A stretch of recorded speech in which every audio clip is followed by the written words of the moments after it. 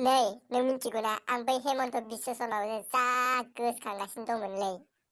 नाथाय मानो बे हेमन्त बिश्व शर्माखौलाय नोंलाय मानो गोसोखांलाबायखो ओमफ्रायलाय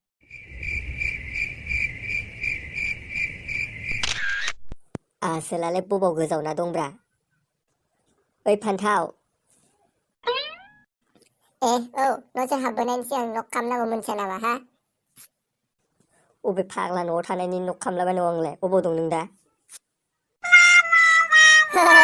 फाग्लालै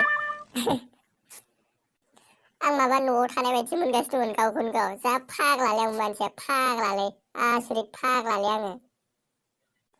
नै नों मिथिगौना आं बै हेमन्त बिश्व शर्माखौ जा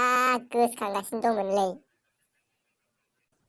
नाथाय मानो बे हेमन्त बिश्व शर्माखौलाय नोंलाय मानो गोसोखांलाबायखो ओमफ्रायलाय मा जायो नोंनि बियो ना बिहाव सानदों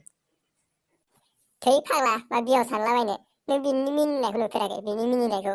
मासि गोदै मिनियोलै खुगा गोलाव जालायनानै गोसोखांलाय नों गोसोखांलाय थै मा गोसोखांलाबायनोब्रा नायलां बिसोरखौ गोसोखाङालां आंहा बैसोरखौसो लेडिस ना मा होनो बिसोरखौ गोसोखाङो आंहा गावबागाव चयस दे थौ जिरायग्रोनोसै रायज्लायनोसै ओमफ्राय एसे गोदै गोबाबखौ नै ओमफ्राय नों दाख्लैबावैसो बे जोंनि जायगायाव जानाय माने जोंनि कलेजाव जानाय दावराव दावसिखौ मिथिगौना मिथिया मा जादों आं जेबो खबर मोनाखैथ' माबाफोर गिदिर खामानि माबा जादों नामा जानायानोथ'लै बारा एफा गिदिरथ' जेबो जायाखै नाथाय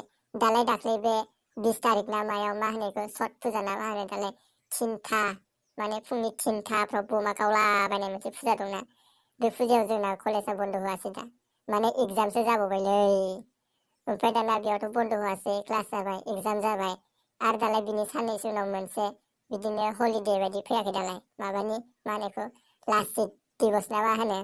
बिनि थाखाय बन्द होदोंमोन ना औ ओमफ्राय दा मोनसेयाव बन्द होआसै एगजाम जाबाय क्लास जाबाय आरो मोनसेयाव दानाबा बन्द होबाय बिदिनो दाना दाय बे हराव बमा गावग्राफ्रा जि दावरावलै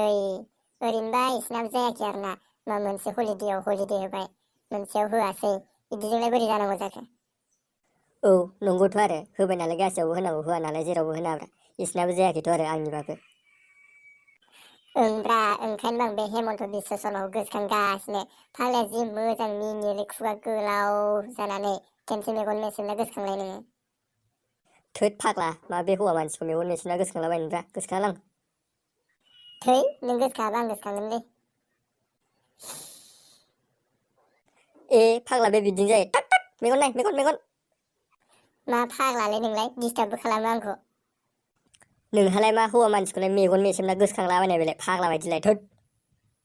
जाम्बा नों बिदिखौ बुजियालै बिदिखौ इंलिसनि ओरैबो बुङो दिस इज दा माइ चइसबो बुङो ओइ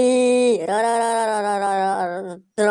आं नोंनि बे एसे इंलिस होननायखौ खोनानानै मोनसे खोथा खोन्था गोसोखांदोंलै माने आं गोसोखांदों आरो माने आं मोनसे इउटुब चेनेल खुलिदोंलै बिनिनो इन्ट्र बानायनांगौ मा बिदिखौ इन्ट्र दालाय बै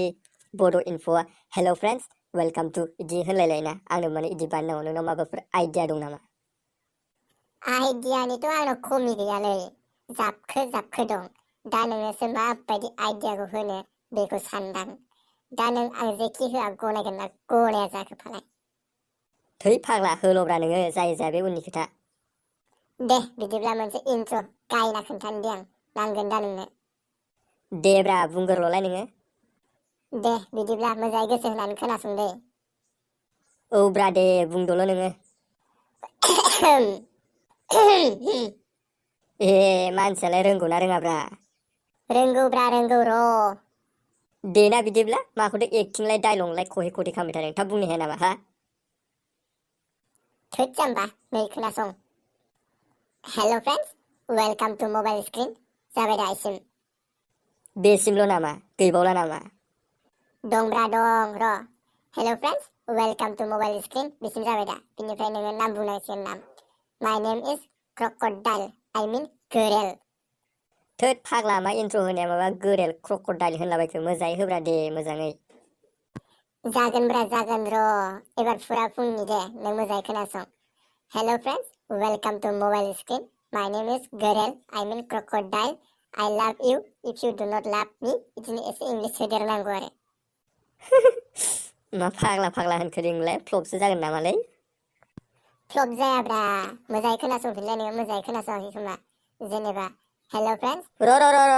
रलाय मा जालायखो थाब बुं बुंनांगौथ' जेबो गैया दे नों इन्ट्र'खौ खेनसेल' मोजाङै लासै होनलांलाय बांद्राय स्पिड बुंनाङा नै मोजाङै खोनासं दे जेनेबा फार्स्टआव होनदो आरोना hello' friends welcome to mobile screen my name इज गोरेल आइ मिन क्रकडाइल बिदि होनदो आरोना न थेंक्स नांथ'ला आंनो मानसिनाव कर'नासो जादों खोमा माबा गुजुहां माहां जालाबाय थायो दे एसे गोजानाव थानासो रायलायनांसिगोनलै डिसटेन्स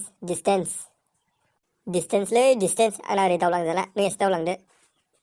फाग्लायालाय गिनानै थैगोन नामा बेलाय दे जाम्बा गथ' एसे ओरै दावबोफिनदो ओमफ्राय दे दा जों मा सावरायबावगोन माथो खोथाफ्रानो जोबजोब्बायलै आं मालाय माथो बुंबावनो आरे यार आं बुंगोनब्रा नों खोनासंग्राल' जादे एबार दे ट्राय नायगोन खोनासंनो थाखायल'बालाय आंहाबो रायलायबाय थानो लुगैनाय हुदा दं नालाय थानो हागोन ना हाया थोद फाग्ला इदिखौ बुङाखैब्रा जेनेबा नों मा रायलायनो गोनो गोथो माने खोथा ओंखाराबाल' सिरि था खोथा ओंखारबा रायलायब्रा अ दे बुजियाखैलै माइनानो सर्टथार ओइ माबालै नोंनि वाट्सएप स्टेटासखौथ' आंनाव नुफैलालै मा जाखोथाय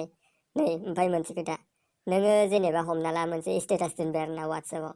नों बेखौ नायफिनो ना नायफिना दोनखांनायनि उनाव थोद फाग्ला मा खोथा सोंखोलै नोंलाय नै मोनसे खोथा आंनि बेयो सिक्रेट आरोना आं रावनोबो खोन्थाफेराखै आङो जेनेबा हमना ला नों स्टेटास दोनदों आंनाव ओंखारफैदों आं बेखौ खनसेल' नायगोन नाथाय आङो आंनि स्टेटासखौ